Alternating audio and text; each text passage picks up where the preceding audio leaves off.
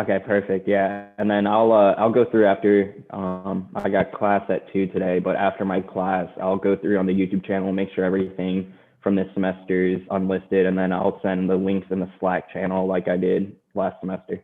Great. Yeah, I just I didn't realize that if you stream it on YouTube that it records it. So that's good. Recording. Yeah. Cool. All right. Well, that's cool. How's everyone doing today? Good, thank you. All right. It's nice to see the rain stop. Personally, I think that's a win. Yes, it is. It's Oh yeah, it was beautiful. nice yesterday. I got some sun in. Yeah, I thought you were looking a little tan there, Brady. I don't know. Yeah, I was it made me realize I was ready to leave college when I'm out by the pool studying my GMAT textbook and there's a bunch of freshmen shotgunning beers and playing drinking games. Yeah. Yeah, you're making the transition whether you want to or not, you know? Unfortunately. Yeah. It's all right. That's what reunions are for. So, Me and my roommates have a great plan where, you know, if none of us ever graduate, we could just live this lifestyle forever.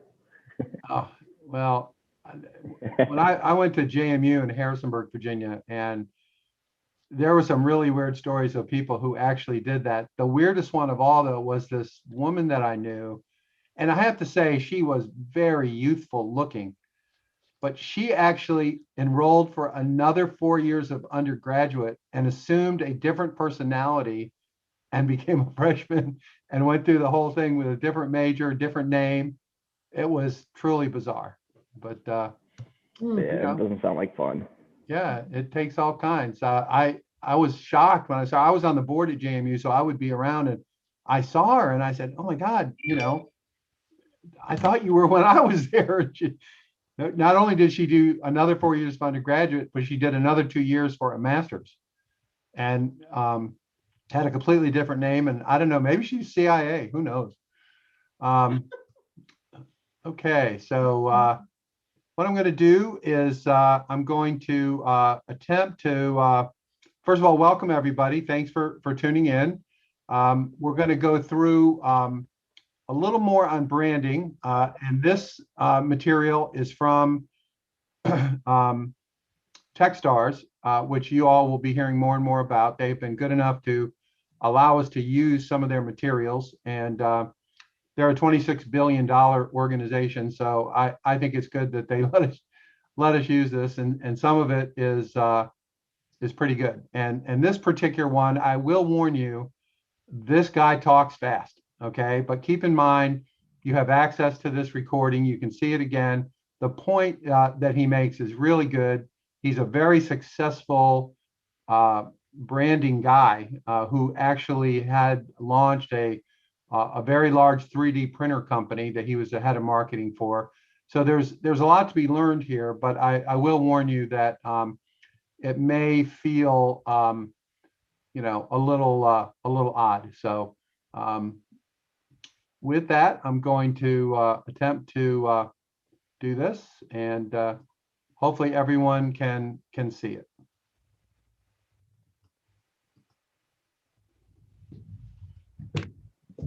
Everybody see it okay? Maybe? Yep. Okay, let's see if it starts.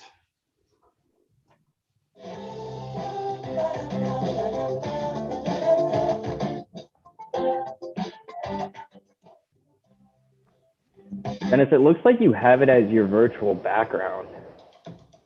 My name is Chuck Pettis. I love branding. I have a company called Brand Solutions Inc. Yeah, Dennis, it's not playing too well. Okay. It looks like you have it shared as your virtual background rather than sharing it directly to the screen. Yeah, let me make a change. Just hang on 1 second. Let's see here.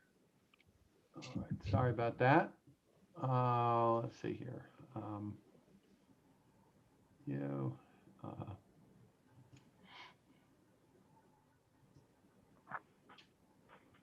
Okay.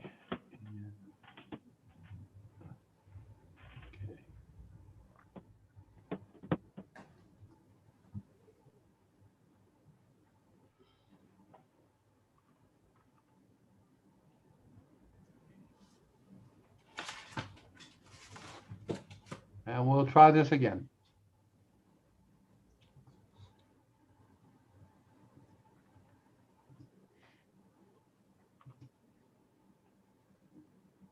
Entrepreneurs. My son There we go. was co-founder of a company called MakerBot, the leader in desktop 3D printing. And I was very fortunate to be able to work for him for 3 years, where I was the VP of marketing to introduce the MakerBot Replicator 2 desktop 3D printer. Startups and entrepreneurs have a hard time articulating the product, the target audience, and what's the benefit of their product. Entrepreneurs and founders should start with branding from the very beginning. It will help them articulate what they're doing and why it's important and help them be way more successful. Branding's all about selling. It's the most efficient selling process. So to get customers, you have to sell, understand the customer's pain point and their problem, and then you need to articulate a solution that's going to relieve that pain and help them be really successful. A positioning statement is the company's most repeated message. It should be short, clear, understandable. It should explain what the company does and the benefit to its customers and target audiences. Most companies don't come up with a positioning statement. They ramble on and on and on. So a positioning statement should be the first thing you say in any conversation, any marketing communication, the website, brochures, presentations. You know, when you start a company, you want to find the 20% of the target audience that's going to bring you 80% of the revenue. And the positioning statement is targeted to help you do that. And it typically takes 28 times of repetition for someone to actually remember something. So in branding, we're trying to make it simple, keep it clear, keep it focused. In my experience, the biggest mistake that most companies make when it comes to branding is they go to a design firm or an ad agency and ask them to brand them or rebrand them. The problem is that very few agencies and design firms actually understand the true tools and techniques of branding. I really think that companies, as they're getting started, should develop their brand identity map, their brand name, their target audience, their category descriptor, the top purchase factors and features and benefits, the emotional appeal of their product and their brand, and that's what really makes a difference. Your positioning statement, your top 2 features and associated benefits, the emotional appeal of your product or brand, and what are the visuals that capture that emotional appeal, so when the target audience sees those visuals, it makes them want the brand. Okay, so let me go to the next one here. Okay.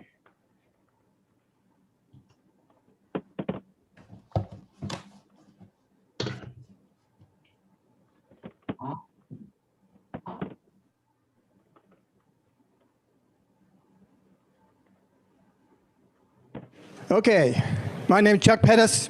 I love branding. I'm really going to have a good time telling you in 40 minutes everything you need to know almost about branding. I've been doing branding my whole career. And I've been in an entrepreneurial family my whole career, and so I'm really connect with you.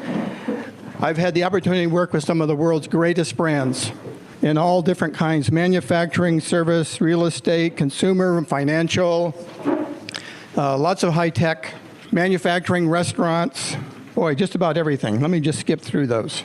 So branding is the most powerful tool in the commercial world. Very few people understand how brand works. I'm here to tell you how it really works, because branding alters people's perceptions of reality. What I want to do is give you an overview of these most powerful branding tools that are used by the world's most powerful brands, so that you can use these tools to help your company be super successful. What is brand? Brand is a trademark. It's a trust mark. It's a trust relationship. Brand is about perception. It actually has not that much to do with reality. Stanford did a study with kids, and they found out that anything that has McDonald's on it tastes better to kids. Whoa. There's the great test between Coke and Pepsi. If you do blind taste testing, where people are tasting Coke and Pepsi, but they don't know what they're tasting, 51% will prefer Pepsi over Coke. But if you do name testing, here's Coke, here's Pepsi, all of a sudden almost 3 to 1, people will prefer Coca-Cola over Pepsi. Huge. They did the same study where the subjects were in an fMRI scanning machine where most of the branding research is being done this day, i.e. what's going on in the brain when people are perceiving your brand. When the subjects didn't know what brand they were tasting, nothing happened in the brain. When they were cued with Pepsi, nothing happened in the brain. When they were cued with Coca-Cola, the brain lit up. In branding, we want the brain to light up emotionally. We want people to want your brand. Here is the brain on Coca-Cola. Here is the brain on Pepsi. I once did a workshop with one of the world's leading radiologists. He said, that's the pleasure center. It doesn't get much better than that. What has Coke done and what's Pepsi done? Coke has been on message. They repeated their key messages, delicious, refreshing, unique, for decades. They've kept the same logo. Pepsi keeps changing the logo. Pepsi keeps changing their messages. They actually just recently did a commercial where they used delicious and refreshing, which is the words that Coca-Cola owns. So let me tell you how people perceive reality. We perceive reality through our senses. The first place a sense signal goes is the amygdala, the limbic system in the middle of our brain, where people unconsciously decide what they're hearing, seeing, feeling is relevant to them. We want to light up the emotional brain. Then the sense signal gets to the prefrontal cortex, which is the rational brain, and that's where we want them to see your messages. So when you're doing branding, we need to light up the emotional part of the brain first, and then we need to give them messages so they know they've made a right decision. First, we start with emotions, then we go to the rational. The way we light up the brain is through imagery.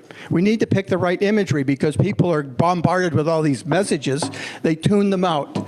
If you show the right image to people, it'll get the brain to light up emotionally, they'll connect, and then you give them the messages. So then what we do is you got to pick the right images. I just want to pause for a second here just to point something out. So when someone like this is up there talking about internationally well-known brands, when I was younger, that meant that you had to have a gigantic budget to advertise on national TV, magazines, etc. And it's very difficult for smaller companies, smaller brands, to have that kind of reach. However, what's changed now is all of us have access to the internet, and the internet is really a levelizer or something that makes a little bit more of a fair fight. And we're going to work on ways that you can build the traffic, not only on your website, but also on your social media and other things that we're going to be talking about. But I just want to draw a line that what used to be true, that you needed to have $100 million to launch a brand, so to speak, is really no longer true. And there are really quite a few examples of viral brands that have literally come out of nowhere with hardly any spending at all. The first one that comes to my mind is TikTok, if you're familiar with that. They've only been around about 24 months, and they have, they're just ubiquitous. They're everywhere. And it's all been word of mouth, very little advertising and spending. So I wanted to just make sure you realize that even though this guy is talking about brands that we all know, most of those brands were established through traditional strategies such as TV and magazine and so forth, but we don't have to worry about that anymore. Image first, then messages. Then you use a brand ladder. A brand ladder is where you pick your features, why people are going to buy your product, then the benefits, why is it good for them, and then you want to ask them, how does it make you feel when you deliver on that feature and those benefits? Then you find imagery that evokes the emotion connected to the top tier purchase factors. So you show the images that are connected to the top tier purchase factors, then they can read the features and the benefits. So we did a project with Geldwin, who's the world's largest manufacturer of windows and doors. And the number one purchase factor for windows is reliability. It's true for dealers, distributors, builders, remodelers, consumers. Actually, reliability is the number one purchase factor or feature in the world. Everybody wants reliability. So then we found out, how do we ladder that up? And what is the emotion for reliability when it comes to windows if you're a builder or remodeler? Reliability, and the emotion is peace of mind, because if the window arrives, it has a defect, it's late, it causes all kinds of problems. You want it to arrive on time, and it boils down to peace of mind. So it's all about imagery. Got to pick the right imagery. And you really ought to test imagery. You can test imagery first in your founder group, and then with your friends you can have pizza parties. So this is a major opportunity. If one thing I want you to take out of this, the number one thing is the use of powerful imagery to get your target audience's attention. So here's the Geldron. No, let's go back to the Geldron if we could. Here's the brand ladder. So here's Geldron ads. And we did all kinds of research to find out what kind of imagery would evoke peace of mind when it came to windows, because most people just show the frames. What we found out is if we show pictures of windows from the inside of a home to a beautiful pastoral landscape, it like totally did the job. This equaled billions of dollars to Geldron. It was huge. This stuff really works. So brand is your proprietary, emotional, visual, rational image.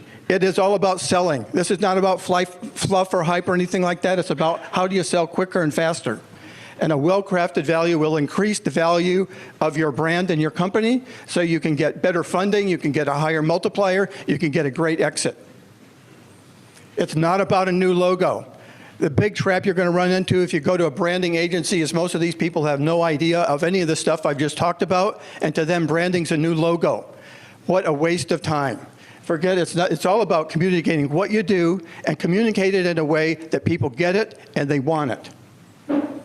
It's about more sales, a quicker close, a better valuation, building trust, and attracting great people to come work for you.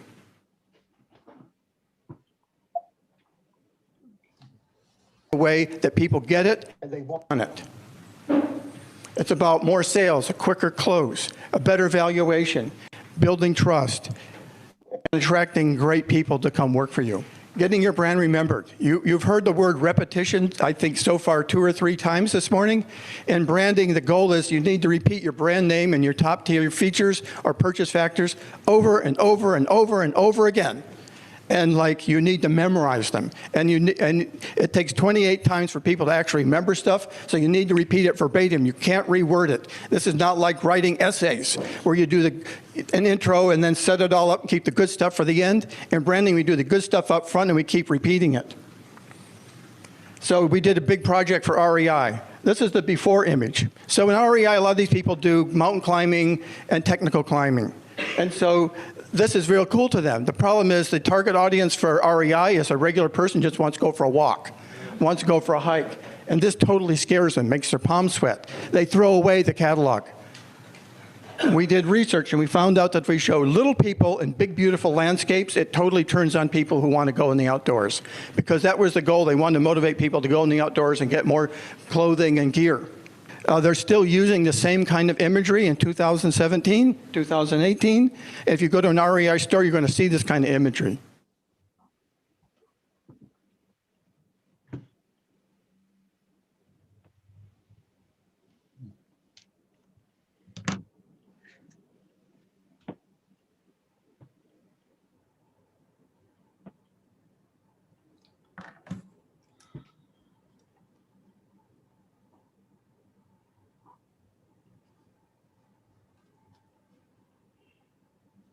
Now we're going to do a brand identity map. Now I'm compressing a day into like 40 minutes, so fasten your seatbelt. So a brand identity map is a mind map. It's what you want everybody in your organization to say when they talk about your organization. It's going to need to be in all your marketing communications. It's got it all on one page. So this is a full brand identity map. We don't have enough time to do this one, so we're going to do an abbreviated one. And this is to ensure you get consistent, repeated messages and visuals in all your marketing communications, from the website all the way down through your presentations. So here's an example of brand identity.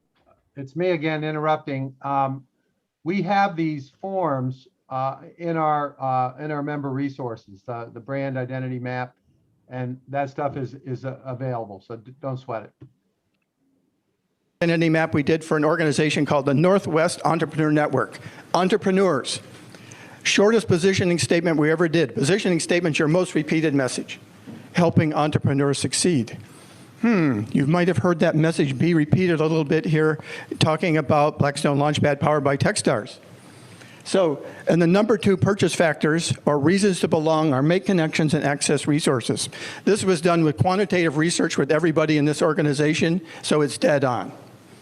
So you need to repeat it. So here's the website, Northwest Entrepreneur Network, helping entrepreneurs succeed.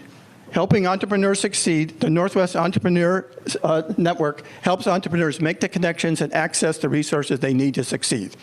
So when I talk about repeating, like I'm not making it up, helping entrepreneurs succeed repeated 3 times at like 20 some words.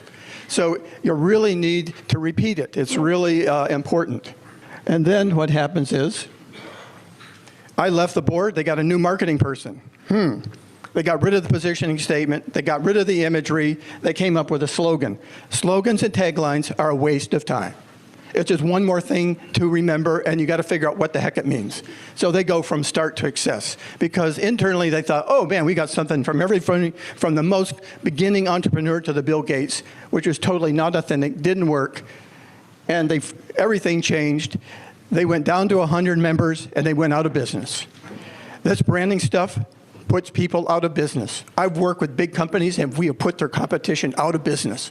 I have worked with companies and made many people extremely wealthy. I'd like you all to become incredibly wealthy. And the way to do it is you need to use these techniques. So here's another problem. Only 1% of companies actually know why people buy their products. This is like a marketing branding sin. So you need to find out that when you're selling, what are the top 2 features that are going to get them to buy you instead of someone else? Sounds simple. Hardly anybody does it. You need to do this for your companies because people out there are saying one thing when the customers want another. Only 8% of Americans trust advertising because this is what's happening. We need to find out if what you do, which of your customers really connects with what you do. So I had the opportunity to work with my son, Bree Pettis, who founded a company called MakerBot here in Brooklyn. We grew that company to $400 million, exited at $400 million in 6 years, a manufacturing company. My son, Bree Pettis, is now doing whatever he wants, and he started a new company called Bantam Tools with desktop CNC machines. This was desktop 3D printing, and I got to be the VP of marketing for him when we rolled out this product, and it was such a blast. And Bree grew up with me, so he saw me using this stuff. We did brand identity maps, not only for the company, but for every product. And before Bree went on Colbert or any interview, he pulled out the brand identity map and he'd make sure he got the messages down so he was always on message. So this stuff really works. It's simple, but it takes a lot of discipline.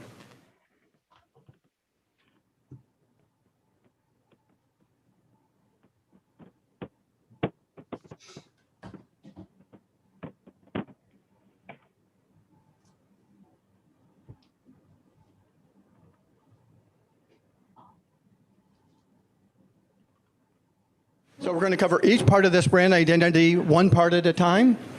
I'm just going to do this like really quickly. This is to give you a quick idea of what it's all about. And it's actually important if you could actually do market research to validate what you come up with. So we're going to cover the brand name, target audience, category descriptor, features, positioning statement. Okay. So here's the map. You all got one of these. First is, who's your target audience? So a target audience, you want to find out demographics, psychographics, who are they, what do they look like? Ideally, we give your target audience a name, so when you're talking about the rest of the parts of this brand identity map, you can say, well, what does Hank or what does Sally want? And it should be distinctive and it should be actionable for your marketing. So write your target audience in your map. Maybe you have one or two.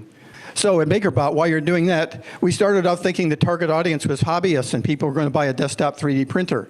Then we rapidly found out that hobbyists only buy one 3D printer, but when we sold to companies like GE, they bought lots of desktop 3D printers. So we switched the target audience from hobbyists to companies. Bingo, sales totally took off. Okay, brand name. Okay, so it was really interesting to see you've got a lot of unique brand names, so I congratulate you on that. The problem these days with brand names is finding one that's available for a trademark standpoint and also available for a domain name. Super hard. Memorable, short, and by the way, don't use acronyms. Words are 60% more memorable than acronyms. Using an acronym is a sure way to get people to forget your name and what you're doing. So category descriptor, this is actually really important. Back in the late 90s, all the high-tech companies, I wrote a book called Technobrands, all the high-tech companies thought branding is what it's at, so they started brand naming every product and coming up with tchotchkes and coffee cups and t-shirts, and they thought branding was done. I remember going to Sun where I did branding for the Sun Ultra Enterprise servers. And we'd done a map of all Sun in the middle and all their brand names, and there were like 70 brand names all around Sun. It looked like the asteroid belt. And Scott McNeely was there, and they all realized that they made a major mistake here because nobody knew who all these names were. Plus, it takes a lot of money to manage those trademarks. So people like that, like at Microsoft, unless you're a billion-dollar brand, you don't get a new brand name. You have to use one of the existing Microsoft brands, and you need to use a category descriptor. A category descriptor is 2 to 4 words. It's a generic phrase. It's a hook so people know what you're talking about. And so desktop 3D printer. That was a term we actually made up at MakerBot that hadn't been used before. Now that's the generic accepted term. Tablet, smartphone. So this is not a funny name. This is not a made-up name. This is what hook do you want to fit on in the minds of your customers. And you always want to link your brand name and a category descriptor. So I've done a bunch of work for HP LaserJet printers, and they always do HP LaserJet printers. So you want to put your brand name and your category descriptor right afterwards, so people hook your name and can associate your name with the category you're in. This is actually a really important decision for you to make.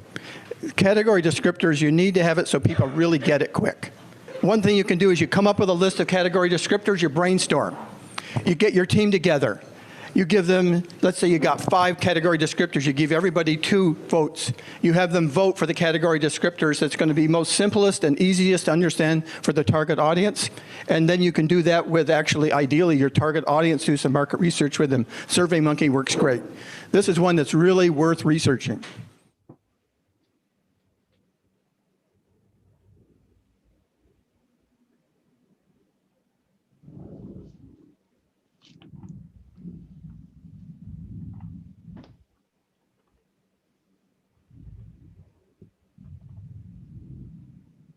This is really important. Features and benefits. What is a feature? A feature is a factual statement about your product or your service. You know, dimensions, specs. What are benefits? They're the end result. What does the target audience get from that feature? So here's an illustration from HP. The features are up to 40% faster, uses up to 53% less energy, up to 40% smaller, and the benefit is all this beautiful illustration.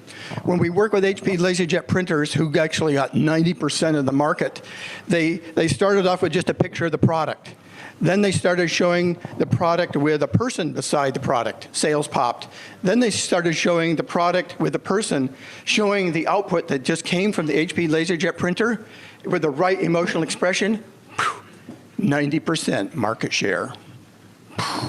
So that's what these features are really important. So, and how do you decide about features? You want to find the features that when your target audience has got it down, whether they're going to buy you or someone else, you want to find the features that motivate them and switch them to buy you rather than the competition. Features are really important. It's another area that really ought to be researched. Okay, let's go. So my question is, for you, when you're selling, I mean, you all got up, you got your 2 minutes to do your pitch. What are the top features and selling message for your brand, for your product, for your service, for your target audience at the time when they're making the decision maybe to fund you, whether to partner with you, whether to be your customer? Examples of top-ranked purchase factors: reliable, scalable, grow as you grow, responsive, knowledgeable tech support, easy, fast, and affordable. So notice these are not complicated. These are easy to understand. The shorter is better because you're going to have to repeat these over and over again verbatim. Now I want you to do, thinking of your product, your service, what is the #1 feature, purchase factor for your product or service in the minds and the hearts of your target audiences? These top 3 are actually from when I did work for Sun, when they were going from engineering workstations to wanting to get into the server marketplace. And we nailed these. It was done through quantitative research. They pulled all the top customers, 100 customers here in the city, and the analysts, they presented this. They were on message. They repeated these messages. They had Larry Ellison up there showing scalable. And the analysts go to the top customer, what do you think? And the customer goes, it's just what I wanted.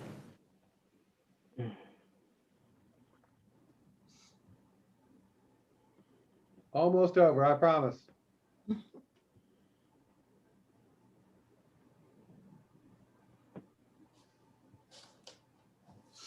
I do want to take a second here talking about customer emotions. We're going to have a guest speaker at the end of March, a good friend of mine named John Carr.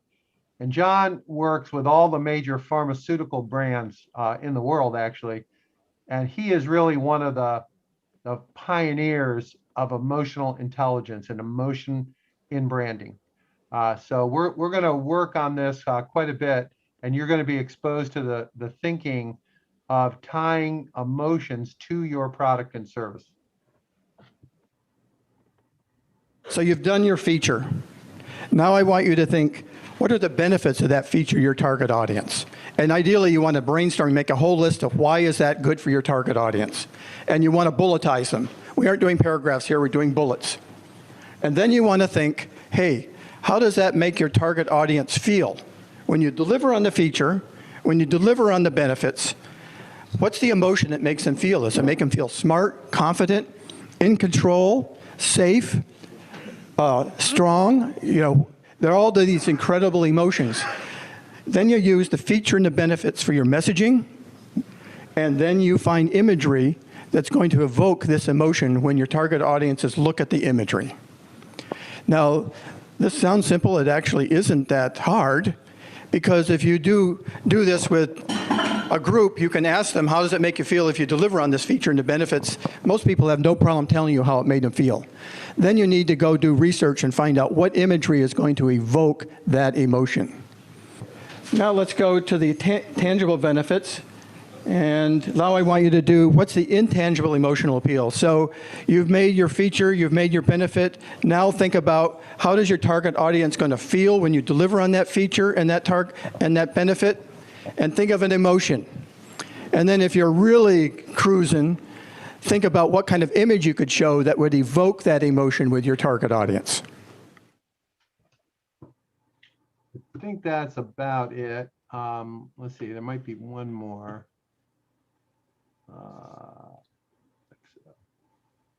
Sorry.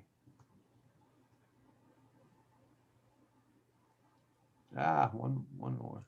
Yeah, one more. All right.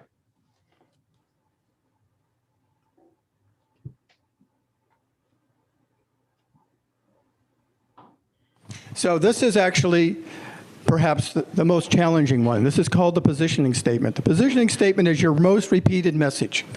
You need to use this when somebody says, who are you? Or somebody in your company uses it and they say, what do? You want them to use the positioning statement. It needs to be repeated verbatim, not reworded.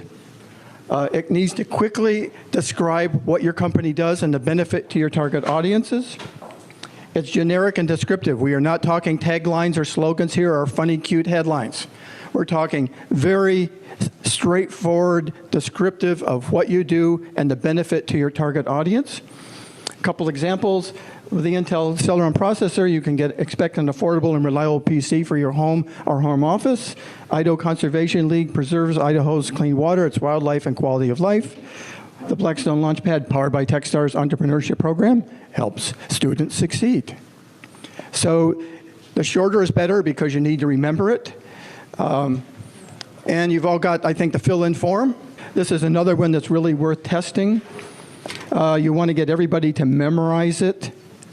You need to find a positioning statement that you and everyone in your company is comfortable saying over and over and over again, like 1,000 times. And you also need to find a positioning statement. When you say that, your target audience says, tell me more. It starts the conversation, because after you do the positioning statement, you give them your top 2 features and purchase factors, and now you got them. You're reeling them in. And you need to keep the number of purchase factors as short and sweet as possible because people just can't handle a lot of purchase factors and features. You need to keep it really straightforward.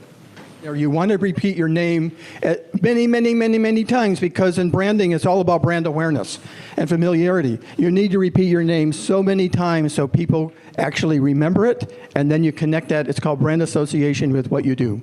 So use the message in your brand identity map repetitively. Avoid rewording.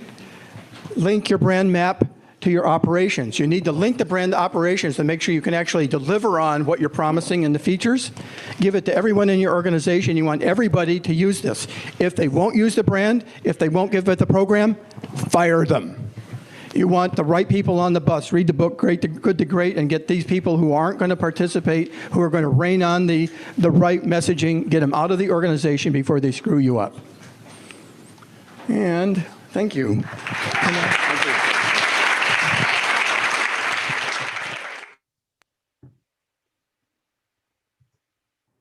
Okay. I warned you it was fast. Now this resource is on our website as well as the forms that go with it. You know, it's a little bit of bait and switch on our part where we tell you you only have to come to class an hour, 4 days a week. But if you really want to get something out of it, you can see that it's going to take a little more time on your own to do this kind of work.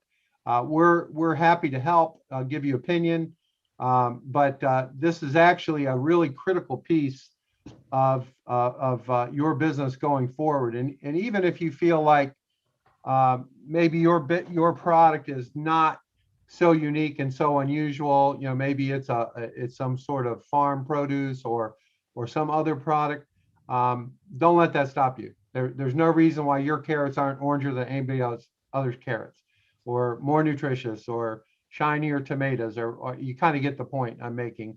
And the other thing that he said that I think it's awfully difficult to get, particularly when you're working by yourself or a really small group, repetition to outside people is critical.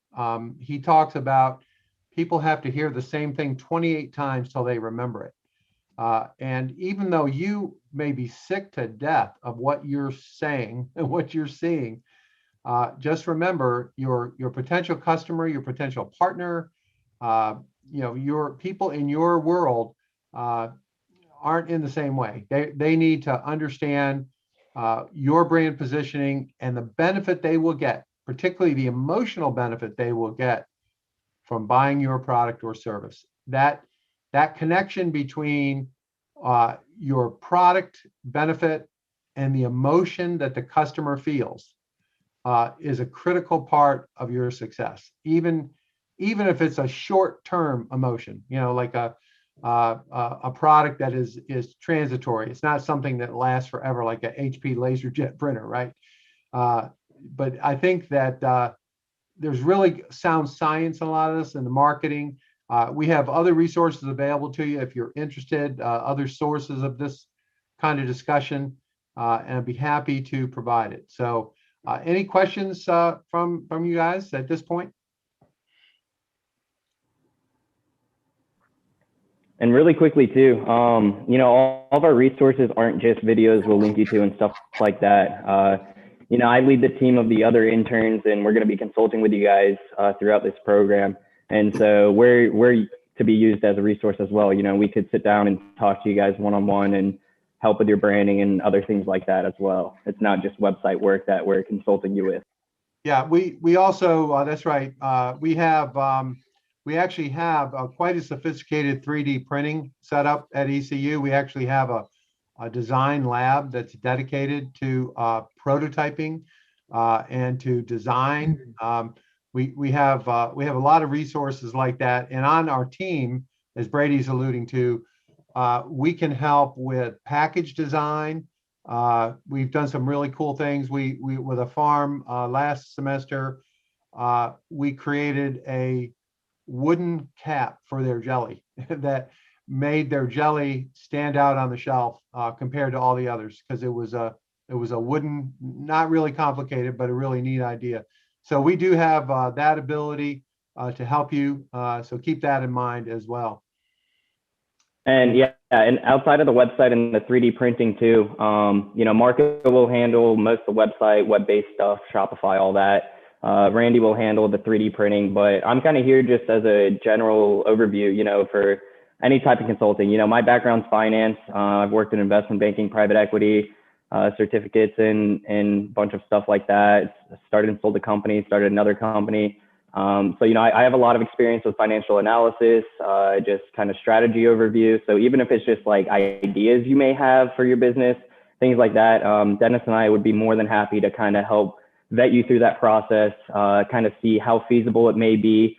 We could even, and everything's confidential as well, just between you and us. So if you do want us to look at your financial statements as well and kind of see if we could play around with numbers and see if we could project better future projections, things like that. So, you know, it's kind of limitless on the things we could do. If you have an idea, you know, definitely bring it up to us, and we'll see if we could help you directly with it, or if we have a connection that could help you or something along those lines. Yeah, we also have the Duke Startup Law Clinic is associated with us, and they're going to be giving a presentation in a couple weeks.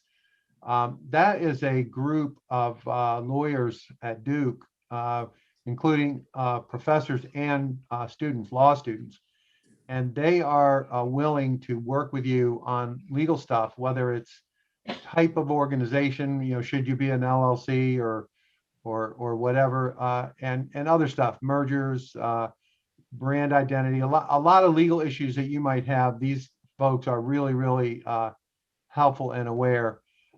We're not as strong on the accounting side at the moment. I've got one mentor that runs an accounting firm in Greenville, but we have other resources from the accounting perspective as well. Setting up your books. You know, we're not really focused on that kind of what I'll call blocking and tackling basics. There are other resources for that on campus, the SPDC, et cetera. But anything that you need that you're wondering about, always check with me. And if we have it, we'll make it available to you. And if we don't, we'll say we don't. So we're a resource for you, and hopefully we can help you speed up your time to market. Or if some of you are startups, some of you are pivoting to new things, whatever it is, we want to be of help. Hey, Dennis. Yeah. Joe here. So some of the language in those videos, I should say some of the ideas really are related to slogan, tagline, hook, positioning statement. I'm assuming that all of those need to have a certain level of continuity in language, correct? So even though they're different links, they're different applications, it should be hovering around the same type of verbiage. Is that right?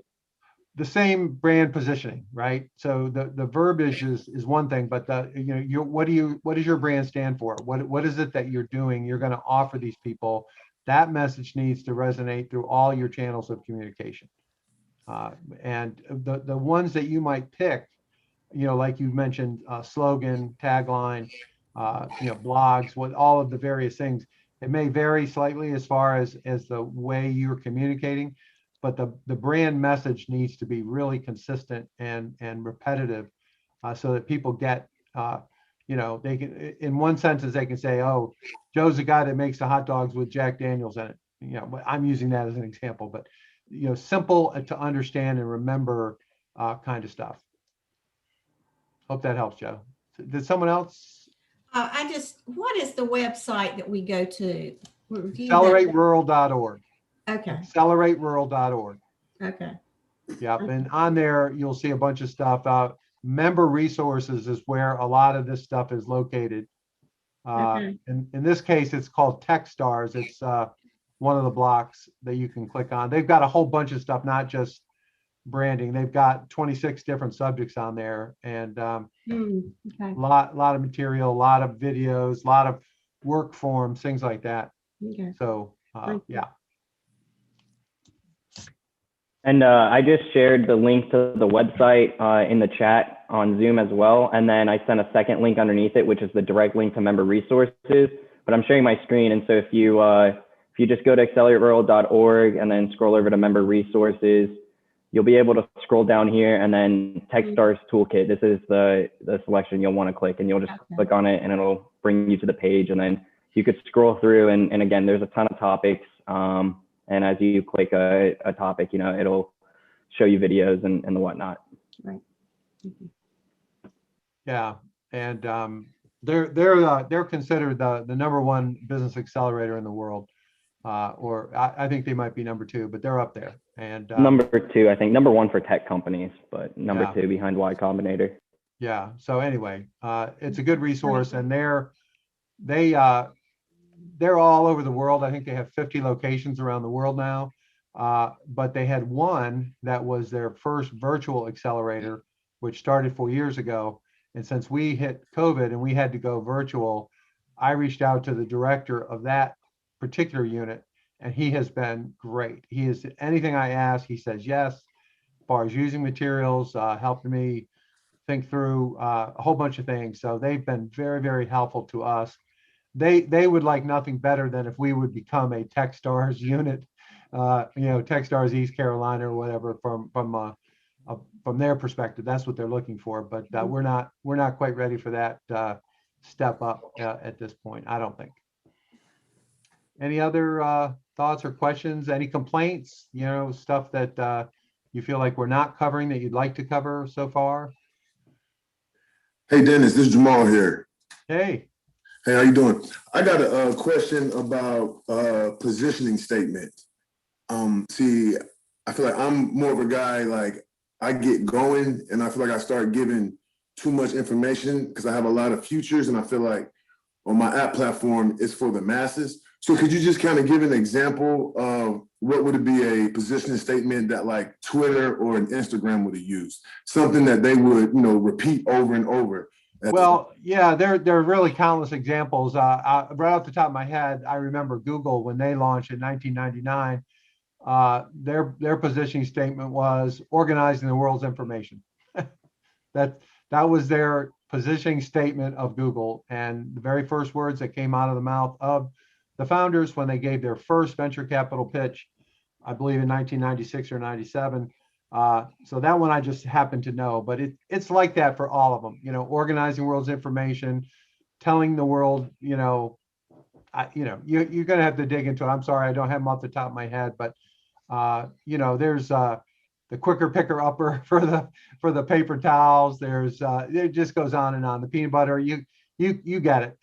There's a whole bunch of examples of that, and I think if you are able to go through this at your own pace and watch this this crazy guy talking so fast, and look at the materials, the work forms that are included, I think it'll help you. And I'll also be happy to help with that. But it's really refreshing to potential investors and partners when the entrepreneur stands up there and communicates very clearly what they're doing so that they can react instead of having to figure it all out, you know. And so it's a really great skill to be able to communicate what you're all about, what you're trying to do, and communicating that in a simple and understandable form, even if what you're doing is incredibly technical and complicated, like Google, right?